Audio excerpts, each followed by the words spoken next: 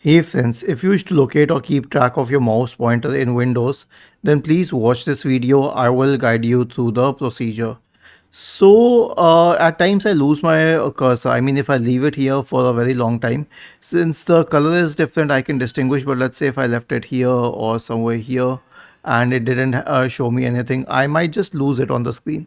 So I'll give you a very excellent option to keep track of your mouse pointer. Search for mouse in the Windows search bar and click on mouse settings. Scroll down and select additional mouse settings. Go to pointer options. Turn the checkbox on for show location of pointer when I press the control key. Click on apply and then on OK. Okay, now check this magic. I don't know where the cursor is. When I press the control key, see what's happening. It will bring circles, concentric circles around my cursor. Was this helpful?